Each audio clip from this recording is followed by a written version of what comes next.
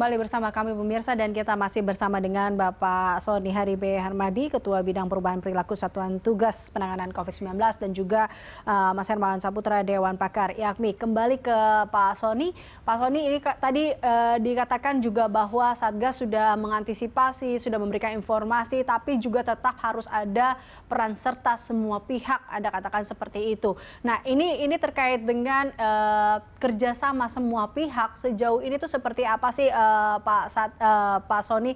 Karena kita tahu bahwa kita sama-sama ingin menekan tentunya angka dari COVID-19 ini.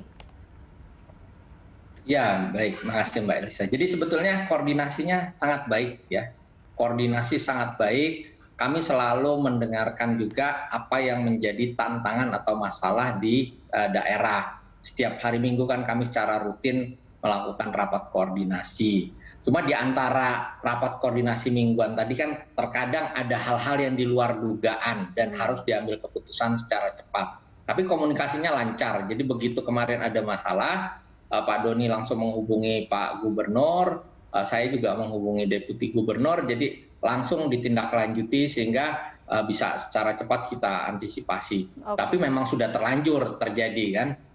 Jadi kami berharap ke depan ini menjadi sebuah pelajaran yang penting ya, bahwa antisipasi terhadap potensi itu harus dilakukan sedini mungkin karena ini bukan hanya terjadi di pasar ya, tapi juga akan kemungkinan terjadi di mal seperti di Makassar. Lalu kemudian potensi orang berbuka bersama dalam 10 hari terakhir ini juga akan meningkat dan perlu diantisipasi dengan baik. Media juga punya peran penting ya untuk memberitakan tempat-tempat yang menjadi tempat potensi kerumunan dan seterusnya. Lalu kemudian juga kami terus ya koordinasi kemarin dengan Polri misalkan begitu ada dan TNI begitu ada masalah kerumunan juga tentunya tim TNI Polri juga turun ke lapangan dan seterusnya. Jadi koordinasi terus dilakukan, hanya saja dalam penerapan di lapangan ini kan kadang-kadang muncul kejadian-kejadian yang di luar dugaan. Nah, kalau sudah terlanjur itu kan kita harus segera mengambil keputusan dan kemudian solusi terhadap masalah di lapangan tadi. Oke, tapi Pak Sony tadi ada katakan kan sebenarnya ini sudah diantisipasi. Berarti sudah ada sebenarnya gambaran bahwa kemungkinan dengan ditiadakan mudik, lalu akan ada satu pemusatan yaitu salah satunya juga di pasar-pasar pembelanjaan ini kan berarti sudah diantisipasi, sudah mungkin diutarakan oleh Satgas. Anda melihat ini missingnya di mana nih sehingga akhirnya terjadi juga seperti itu, bobol juga bisa dibilang seperti itu. Ya, Pak Hermawan tadi udah jelas kok. Sebetulnya gini, kalau mudik ini kan nggak bisa terkontrol ya. Tetapi mobilitas lokal ini lebih bisa terkontrol karena titik-titik kerumunannya kan bisa kita antisipasi. Cuma yang kemarin tuh kelihatannya tidak tidak diekspektasikan sebanyak itu gitu loh. Karena biasanya 35.000. Mungkin juga dugaan kami begini, karena tanggal 6 sampai 17 Mei ini terjadi pelarangan mudik, ada kebijakan pelarangan mudik, lalu sebagian dari mereka itu berbelanja lebih dulu gitu sebelum tanggal 6 dan ternyata mereka menumpuk di hari yang sama. Ini kan sebetulnya di luar dugaan kita juga bahwa terjadi penumpukan. Mungkin juga pembayaran THR dilakukan secara bersamaan. Jadi penumpukan ini tentunya begitu massa muncul di lapangan begitu banyak kan tentu tidak mudah untuk mengurai massa yang begitu banyak tadi. Makanya informasi ke masyarakat ini penting ya, bahwa misalkan seperti tadi ada pengaturan jam, pengaturan pintu masuk dan seterusnya. Okay. Jadi ada informasi yang jelas kepada masyarakat sehingga masyarakat bisa mengambil keputusan kapan, di mana saya akan bepergian dan seterusnya. Oke, baik.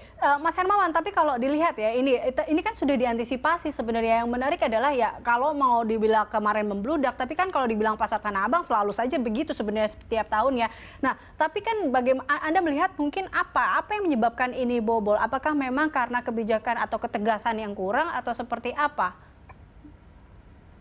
Ya, sebenarnya ini menarik ya mengkaji tentang alarm dari Tanah Abang. Seperti yang saya sampaikan, alarm dari Tanah Abang ini memang Tanah Abang bukan pasar yang biasa ya, melainkan pasar grosir. Masukan dari tim Satgas ini tidak dipercaya atau gimana jadinya? Tentu ini kan melibatkan peran multi stakeholders, koordinasi, konsolidasi itu menjadi penting. Seharusnya begini cara pemikirannya. Kalau tanggal 6 sampai tanggal 17 itu dilarang mudik, orang akan mudik sebelumnya. Dan itu kejadian sejak minggu lalu itu, ramainya orang pulang kampung. Dan puncaknya itu boleh jadi besok, mulai tanggal 4 dan tanggal 5 itu akan menumpuk tuh. Boleh jadi. Nah, kenapa kemarin menumpuk di pasar? Karena orang akan beli belanja dan bawa ke daerah juga gitu loh. Ini kan pasar grosir ini kan akan mendistribusi ke berbagai wilayah. Sebagian walaupun di Jawa, tetapi banyak juga yang ordernya pengapalan segala macam itu keluar Jawa juga. Ya. Tetapi intinya alarm ini menunjukkan ancaman yang serius buat pengendalian COVID ini di saat menjelang hari H Lebaran. Orang misalnya di pasar-pasar di seluruh daerah itu kan mendapatkan suplai sekarang dari Tanah Abang. Nah, tetapi H-5 atau -3 nanti puncaknya biasanya, itu kan kalau kita lihat Tanah Abang itu biasanya H-7. Nah, kemarin ini kan bukan H-7, H-10 masih.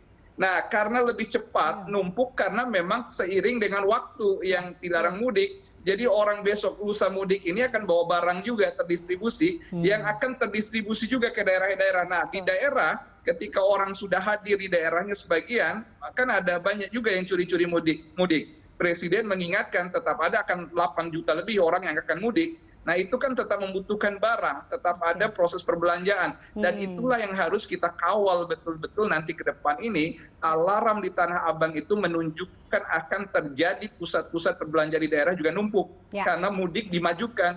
Karena mudik tanggal 6-17 dilarang, tapi mereka udah lebih dulu. Nah, perbelanjaannya beralih ke daerah nanti menjelang hari H Lebaran. Kira-kira begitu yang harus kita awasi. Oke, baik.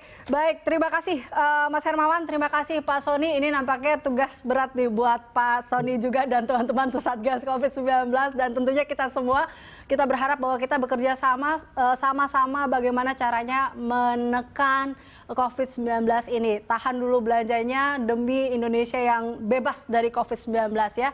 Terima kasih kembali Pak Sony dan juga Mas Hermawan telah bergabung bersama kami dalam Lunch Talk. Dan pemirsa, demikianlah seluruh rangkaian Lunch Talk kali ini. Jangan lupa untuk tetap terapkan protokol kesehatan untuk mencegah penyebaran virus corona. Atas nama seluruh kru yang bertugas, saya Eliza Hasan pamit undur diri. Terima kasih dan sampai jumpa.